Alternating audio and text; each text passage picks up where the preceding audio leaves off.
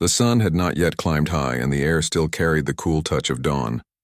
A quiet lane stretched beside a row of small brick houses where people had just started their morning chores. The smell of tea mixed with the sound of sweeping brooms, and somewhere a rooster called again and again, as if reminding everyone that a new day had begun. Inside one of those small houses, a boy sat on the floor, tying his shoelaces carefully. His hands were small, his shirt a little too big for him, and his eyes held that deep look children often have when they are trying to grow up too fast. He heard his father coughing in the next room. It was that dry kind of cough that always made him worry. His father had been working at the nearby mill for years, and each morning he rode his old bicycle there. That bicycle was not just a machine. It was his father's lifeline. Without it, he couldn't reach work on time. Without work, there would be no money for rent, for food, or for the boy's school books. So when the boy heard the sound of the bicycle falling the night before, he knew something bad had happened. He stood up quickly and peeked outside.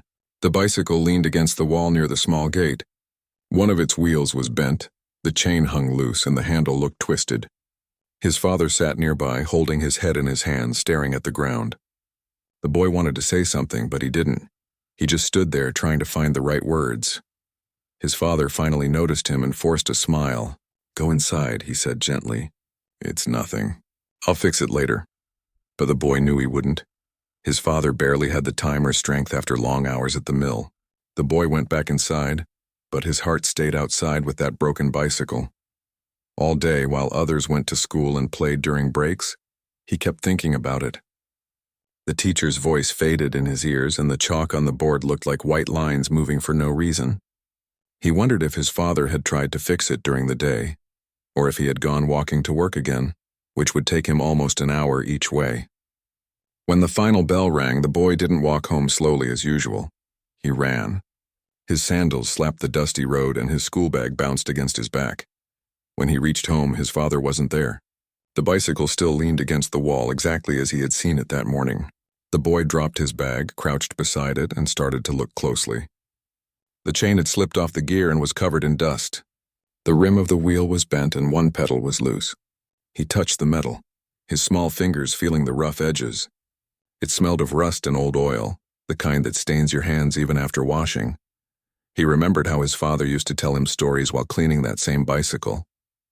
"This one has seen everything," he used to say. "Rain, heat, rough roads, even the day you were born. I rode this to the hospital that morning." The boy had always loved that story, picturing his father speeding through puddles, shouting with excitement. Now, looking at the same bicycle, he felt something twist inside his chest. It wasn't just broken metal. It was like their lives were caught in those bent spokes. He went to the small shed behind the house where old tools lay scattered. He found a rusted wrench, a screwdriver with a cracked handle, and an oily rag. He didn't really know how to fix bicycles, but he had watched his father enough times to remember some things. He began with the chain.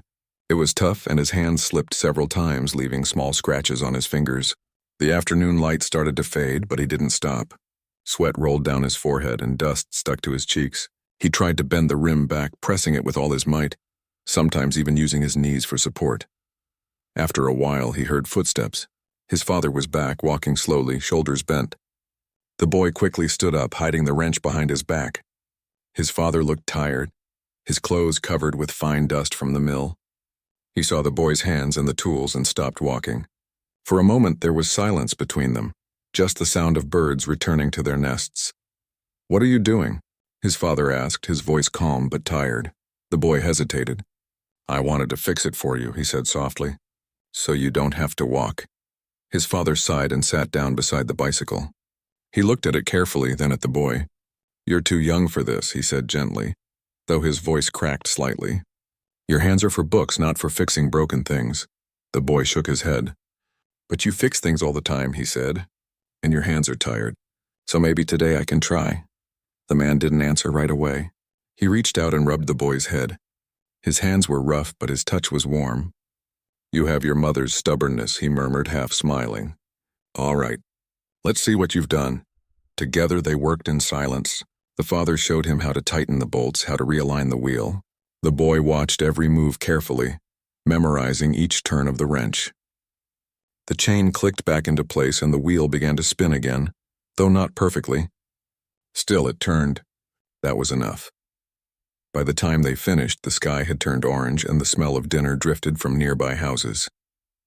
The boy sat on the ground, his hands black with grease, his face glowing with pride. His father stood up, testing the bicycle, and then looked down at him. "You did good," he said quietly. "Very good." The boy smiled, trying to hide how happy he felt. His father added, "Maybe tomorrow we'll ride together to the mill just to see if it holds up." That night the boy could barely sleep. He kept imagining the road ahead, the wind against his face and the sound of the wheels turning. For him, it wasn't just about the bicycle. It was about doing something that mattered, something that made his father smile. Early the next morning, he woke up before dawn. The world outside was still half asleep. His father came out with a small lunch wrapped in a cloth, the same one he carried every day. They both stood near the bicycle, side by side. The boy's heart thumped with excitement. His father got on first, then told him to hop on the back. The seat was narrow, but he didn't care. As the pedals began to move, the boy held on tightly, feeling the gentle sway as they rolled down the empty road. The cool morning air touched his face, and the sound of the tires hummed like a song. He could see the factory chimney far ahead, smoke rising slowly. His father turned slightly and said, "Feels good, doesn't it?" The boy nodded, smiling. "It does." For a few minutes, everything felt perfect. The road was smooth, the bicycle steady, and the sun was just starting to rise behind them. But as they went further, the boy noticed a small sound, a soft creak coming from the back wheel. He hoped his father didn't hear it. He didn't want to spoil the moment. But his father did notice. He slowed down and stopped near a tree.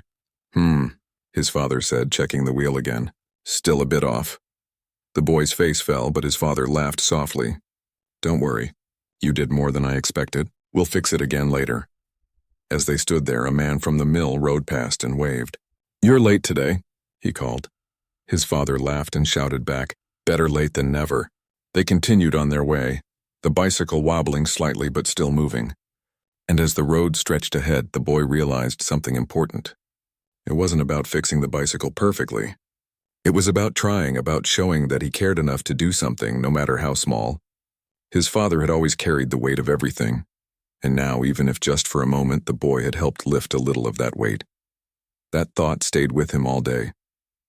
When he went back home, he cleaned his hands and looked at the bicycle again, standing proudly by the wall.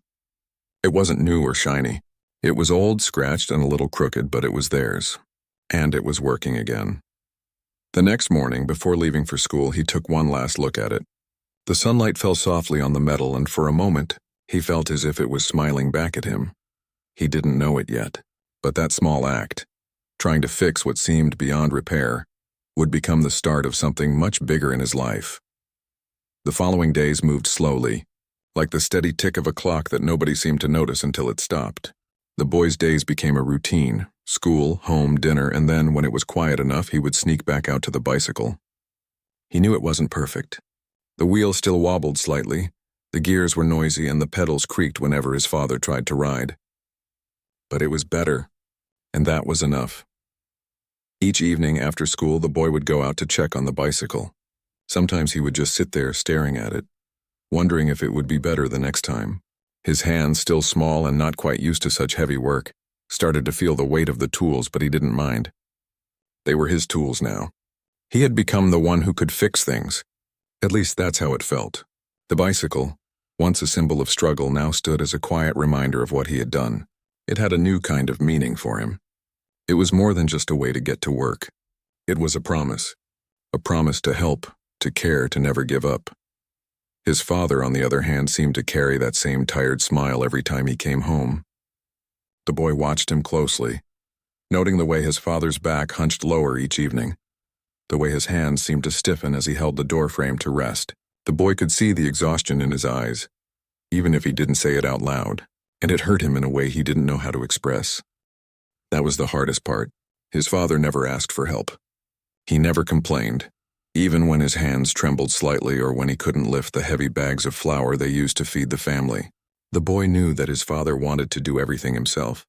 He wanted to be the one to carry the weight of the world on his shoulders.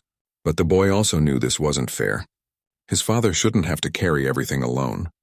Not anymore. One Saturday morning, when the sun was just starting to warm the earth, the boy woke up earlier than usual. He heard his father coughing again, followed by the sound of him getting dressed.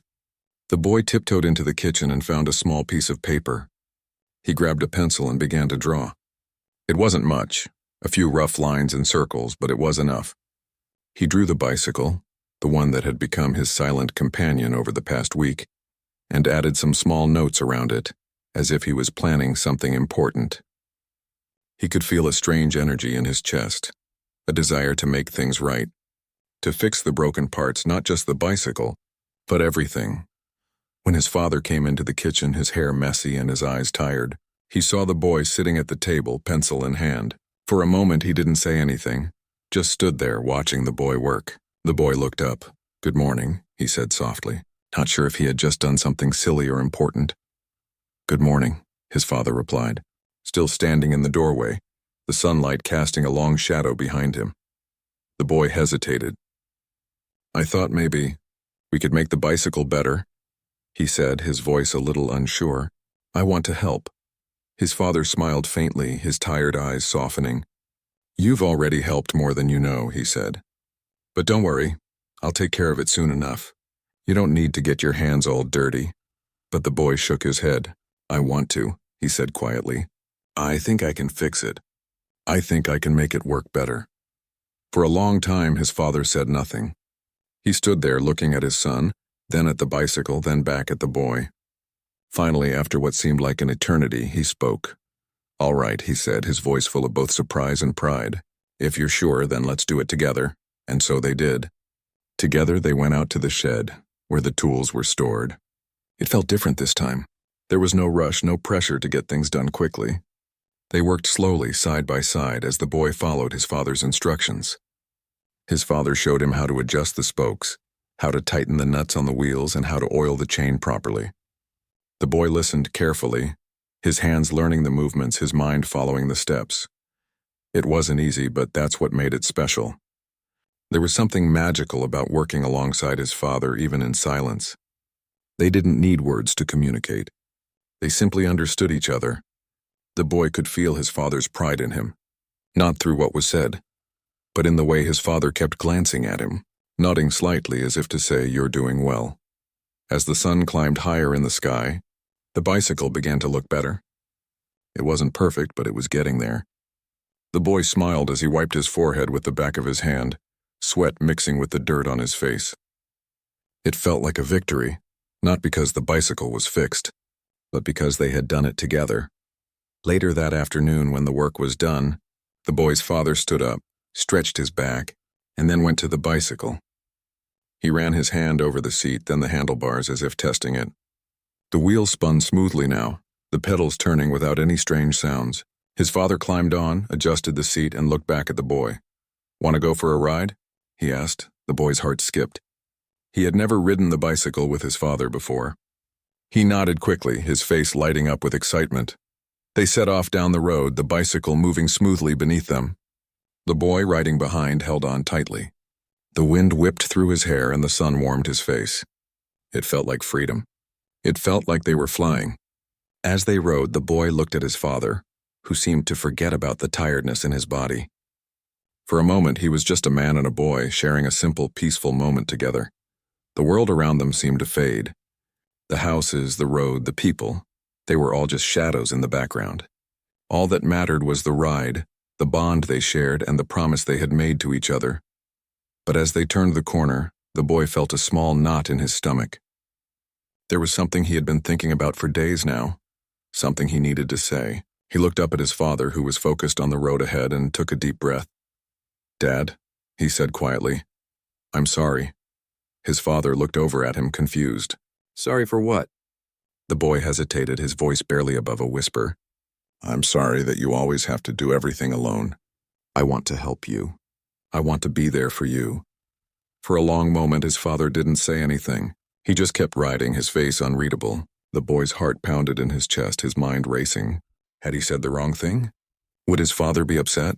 Finally, his father slowed down, bringing the bicycle to a stop.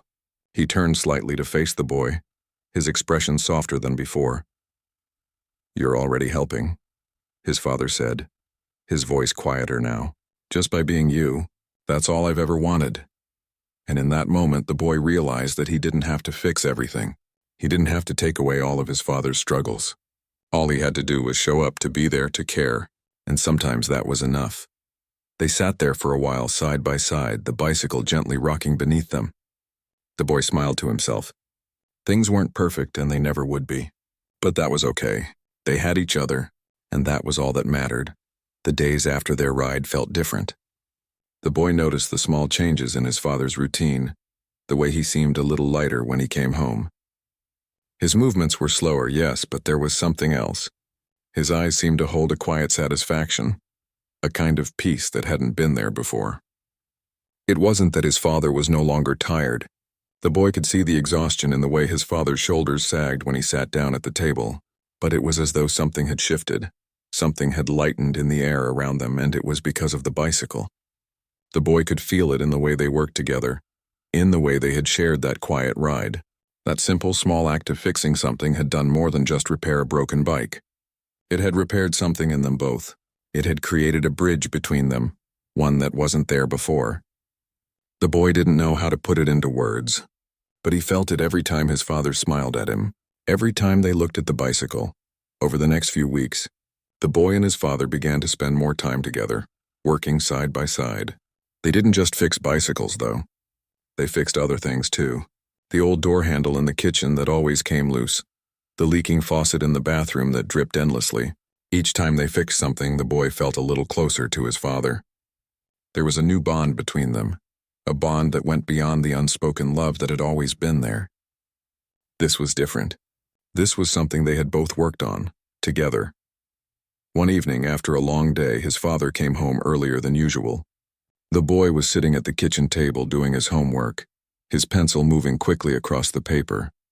He didn't expect his father to be home so soon, but when he looked up, he saw him standing in the doorway holding a small bundle in his hands. The boy frowned in confusion. "What's that?" he asked, his curiosity getting the best of him. His father smiled, a rare smile that reached his eyes, making them sparkle for the first time in a long while. "It's for you," he said, walking over to the table and placing the bundle in front of the boy. The boy opened the bundle slowly, unsure of what to expect. When he unfolded it, he gasped. It was a brand new tool set, the kind that looked professional with shiny wrenches, screwdrivers, and even a small hammer. The boy stared at it, his mouth hanging open in surprise. "I thought you might need these," his father said, his voice soft but filled with meaning. "You've been fixing things around here like you've been doing it your whole life. It's time you had tools that match the work you're doing." The boy didn't know what to say at first. He simply looked up at his father, his heart swelling with gratitude. His father wasn't just giving him tools.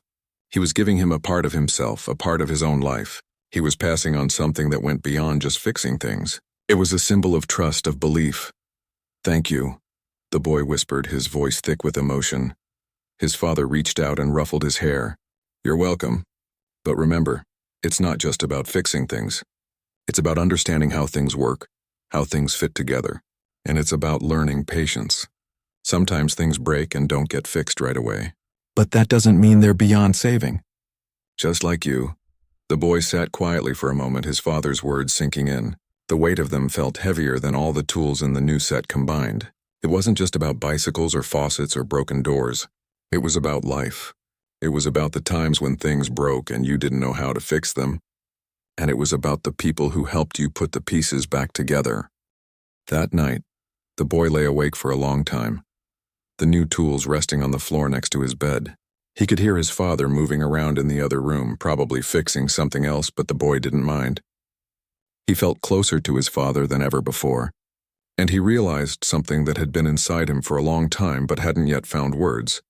He wanted to be like his father, not just in the way he worked, but in the way he lived his life.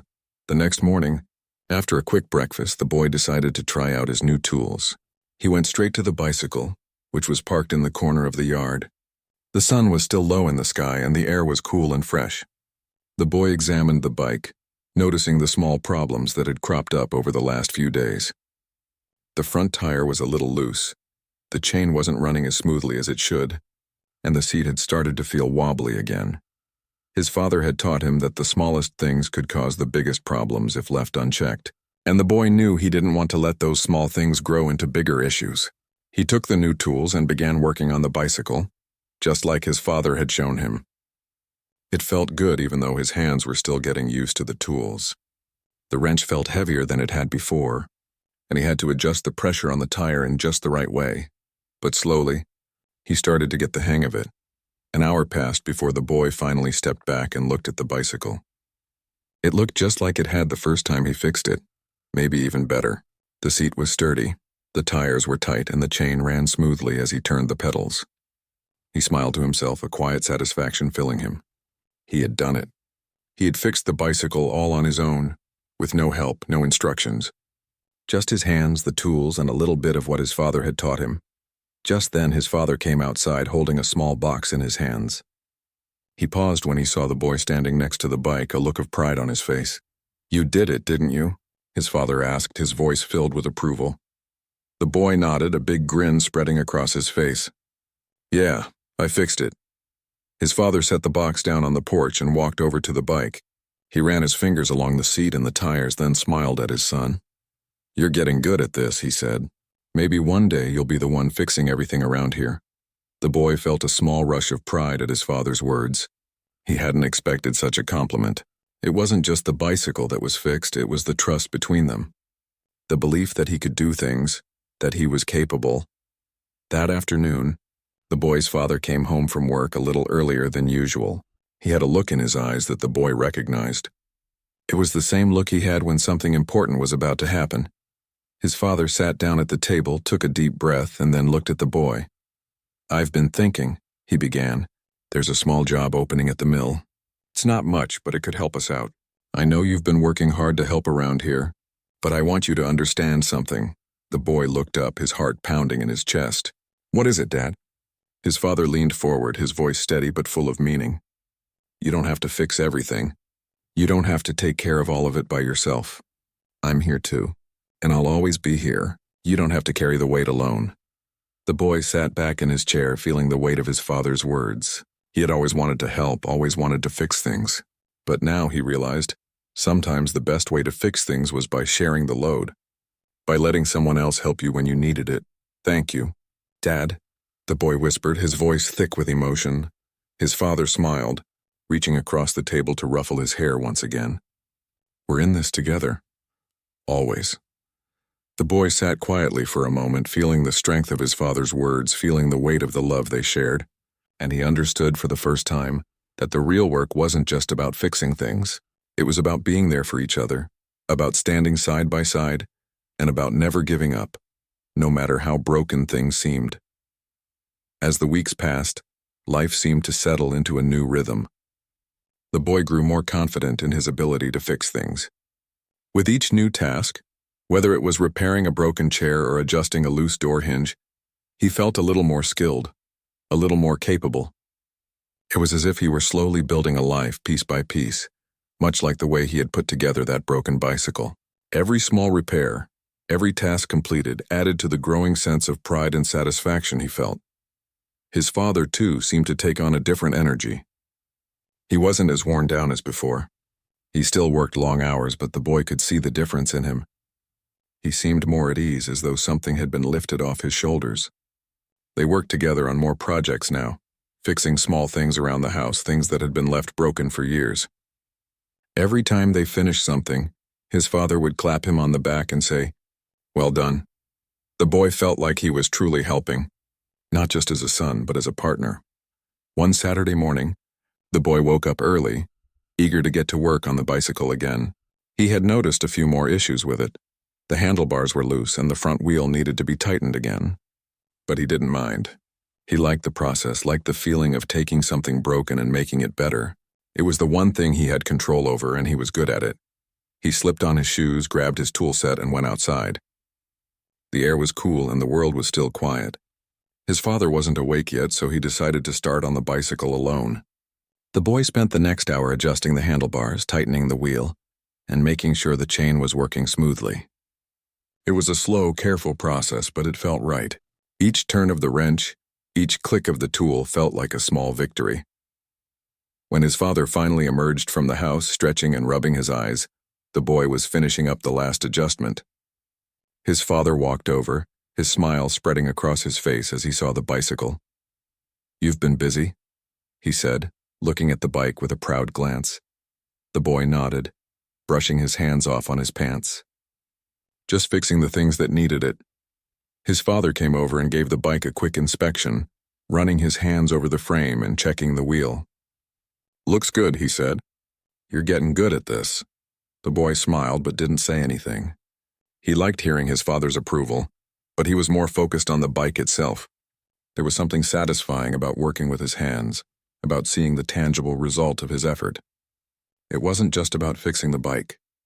It was about understanding it, about making it better, and in doing so, making himself better too. That afternoon, after lunch, his father asked if the boy wanted to go for a ride. The boy was surprised. They hadn't gone for a ride together in a while. His father had always been too tired or too busy to ride with him, but today it seemed different. "Sure," the boy said, his heart lifting. "I'd love to." They set off down the road, the same road they had ridden together months ago. The sun was warmer now and the air smelled like fresh grass. The boy rode ahead, his father not far behind. The world around them seemed to stretch out wide and open. It was quiet, peaceful. The boy could feel the connection between them, the shared effort of their ride. It wasn't just about getting from one place to another. It was about being together, sharing the experience.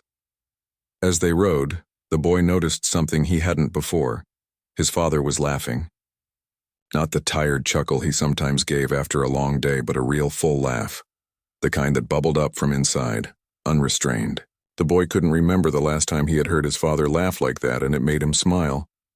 "This feels good," his father said, still laughing as he caught up to the boy. "I don't remember the last time I had a chance to just ride." The boy grinned. "Me neither." They rode for hours, taking their time, enjoying the open road. They didn't have anywhere to be, no tasks to finish, no responsibilities pressing down on them. It was just the two of them, the wind in their faces, the sound of their tires on the road, and the feeling of freedom that only a ride could bring. It was as if, for that one day, everything else faded away. There were no broken things to fix, no heavy burdens to carry, just the joy of being together. Eventually, they stopped near a small park at the edge of town. They rested by the picnic tables, drinking water and talking about things that didn't matter much, but still felt important. It wasn't the kind of conversation that needed to be deep or meaningful. It was the kind of conversation that flowed naturally, just two people talking about their day, their thoughts, their life. "Do you think we'll ever get a new bike?" the boy asked, his eyes following a bird that flew by overhead. His father chuckled. "I don't know, maybe. But this one's good enough for now, right?" The boy nodded. "Yes, it is. I think it's better than new." His father looked at him, surprised. "Better than new?" The boy shrugged, tapping the side of the bicycle with his hand. "Yeah, it's not perfect, but it's ours. We fixed it together." His father sat back, looking at the bike thoughtfully. "You're right. There's something special about that, isn't there?" The boy nodded, feeling a small surge of pride. He had come to understand something in that moment. It wasn't about perfection. It wasn't about having the best or the newest. It was about the work you put in, the effort you made, and the way you learned to appreciate what you had, even if it wasn't flawless, and that's what made it better than new. Later that evening, as they made their way home, the boy felt a warmth in his chest. It wasn't the heat of the sun or the ride itself.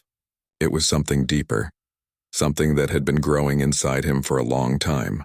It was the sense that no matter what happened in the future, no matter how many things broke or went wrong, they would always have each other. They would always have the bicycle, the memories, and the quiet bond they shared through the work they had done together. When they got home, his father parked his bike in the garage, took off his helmet, and turned to the boy.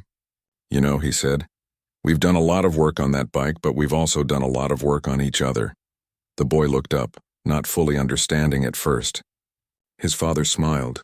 "You've helped me more than you know," he said. "And I think you've learned something that'll stay with you for the rest of your life. It's not just about fixing things or even about fixing ourselves. It's about knowing when to ask for help, when to work together, and when to let things be." The boy nodded, his eyes filled with understanding. "I think I understand now." And in that moment he realized that he wasn't just the boy who fixed the broken bicycle. He was the boy who had helped fix something far more important. He had helped fix the bond between him and his father, a bond that had been worn thin over time but was now stronger than ever. The days that followed were different, though it was hard to pinpoint why. Maybe it was because even though things around them remained the same, tired bikes, leaky faucets, broken fences, there was something new in the air between the boy and his father. They no longer looked at problems as obstacles but as challenges they could face together. And that shift in perspective made everything feel just a little bit lighter. The boy found that he was becoming more confident in his skills, not just with tools but with life in general. When something broke, whether it was a toy, a door, or even an idea, he now knew how to approach it. He knew how to look at the problem, figure out what needed fixing, and put in the work to make it right. It was like learning a new language, one that didn't need words but was still understood. His father, too, seemed to be in a better place. It wasn't that the hard work stopped, or that life had become easier, but something had changed in him. He had always been a good father, but now there was a gentleness about him that the boy had never seen before. When he came home from work, his smile seemed more real, his laughter more frequent, and the weight of the world didn't seem to hang so heavily on his shoulders. It was like something had lifted off him, or perhaps it was just that the boy had become a bigger part of his life. Either way, it felt like a quiet victory. One Sunday afternoon, as they sat on the porch, sipping lemonade and watching the sun dip low in the sky, the boy looked at his father with a thoughtful expression. "Dad," he began, "do you ever think about the way things used to be?" His father looked up from his drink, pausing for a moment, and then nodded. "Yeah," he said quietly. "I do sometimes." The boy wasn't sure what had brought this question to his mind, but it felt important. "You don't seem as tired as you used to." "I mean, you still work hard, but you seem different now." His father chuckled softly, running a hand through his hair. "I suppose that's true. You know, I've been thinking about that too. It's not just the work, son. It's everything. It's you." He looked at the boy, his eyes softening. "You've grown in ways I didn't expect. You've always been smart and strong, but now you're learning something else, something that's not just about fixing bikes or fixing things around the house." The boy tilted his head, unsure of what his father meant. His father continued, his voice steady. "It's about understanding how life works. You can fix things, but sometimes the hardest thing to fix is ourselves. And you've been teaching me that. You've been teaching me that sometimes it's okay to slow down, to ask for help, and to fix things together. I never realized how much I needed that." The boy felt a wave of emotion rush through him. He had always looked up to his father, always wanted to make him proud, but in that moment he realized something deeper. His father wasn't just someone he looked up to anymore. They were partners working together in life side by side. It was a partnership that hadn't existed before, but now felt as natural as breathing. The next week, something unexpected happened. The boy's father came home one evening with a strange look on his face, his steps slower than usual. The boy, who was busy reading at the kitchen table, looked up in surprise. "Dad?" he asked, his voice filled with concern. "What's wrong?" His father sat down heavily at the table, rubbing his eyes. "I don't know, son," he said quietly. "I've been feeling off all day, tired, weak." The boy's heart skipped a beat. This wasn't like his father. He had always been the strong one, the one who took care of everything. To see him so worn down, so vulnerable, was both confusing and unsettling. "You need to rest," the boy said, standing up and moving toward his father. "I can help. What should I do?" His father smiled weakly. "You've already helped more than you know. But I think I just need some time to rest. You've been doing a great job around here. I'll be fine." But the boy wasn't convinced. His father wasn't the type to admit when he needed help, but the boy could see the exhaustion in his eyes. It wasn't just physical tiredness. It was something deeper, something that couldn't be fixed by just resting or taking a break. The next few days were difficult. The boy's father seemed to get worse, not better. He would sleep for hours, his body heavy with fatigue, barely able to get out of bed. The boy did his best to take care of the house, fixing small things as he had done before, but he knew this was different. This wasn't something a wrench or a screwdriver could fix. It was something much bigger. As the days went on, the boy realized that he couldn't fix this alone. No amount of effort, no amount of work, could change the fact that his father was sick. It was a bitter truth to accept, but it was a truth nonetheless. For the first time, the boy had to face something he couldn't fix. He had to learn to be patient, to let things unfold as they would, and to accept help from others. One evening, after his father had fallen asleep, the boy sat outside on the porch, looking at the stars. It was a quiet night, the kind where the world seemed to be holding its breath, waiting for something. The boy felt a weight in his chest, a knot of worry that he couldn't untangle. He heard the soft creak of the screen door behind him and looked up to see his father standing in the doorway, holding on to the frame for support. The boy stood up immediately, rushing over to him. "Dad, you shouldn't be out here." His father gave him a weak smile. "I just needed some air, son. I didn't mean to worry you." The boy looked at him, his heart heavy. "I don't know what to do. I don't know how to fix this." His father reached out, placing a hand on his shoulder. "You don't have to fix everything. I know you want to, and I know you've been trying. But some things can't be fixed. Sometimes we just have to live with them." The boy nodded slowly, understanding his father's words. He wanted to argue, to say that he could make it better, but he knew that wasn't the truth. He couldn't fix everything. No one could. "You've already done more than enough," his father continued. "You've taught me things I didn't know I needed to learn. And most importantly, you've taught me how to let go. That's something I've never been good at, but I'm learning now." The boy felt a tear slip down his cheek, but he didn't wipe it away. He wasn't ashamed. He was learning something new, something important. Sometimes the hardest thing was not fixing the problem, but accepting it and being strong enough to face it with the people you loved. The following weeks were hard. His father's health continued to decline, but something had shifted in their relationship. The boy no longer saw himself as just the one who fixed things. He saw himself as part of something bigger. He was no longer just trying to repair bicycles and door handles. He was learning how to help his father, how to sit by his side and simply be there. It wasn't about fixing anymore. It was about being present. And in the quiet moments when his father would smile at him or laugh softly at something, the boy knew that those moments, those small joys, were enough. They didn't need to be perfect. They didn't need to be fixed.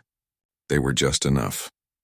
One evening, as the sun set in a blaze of color, the boy and his father sat together on the porch, side by side, watching the world go by. They didn't speak much, but in the silence, the boy felt a deep sense of peace. Sometimes things didn't need to be fixed. Sometimes you just needed to be together, and that, the boy realized, was the greatest gift of all.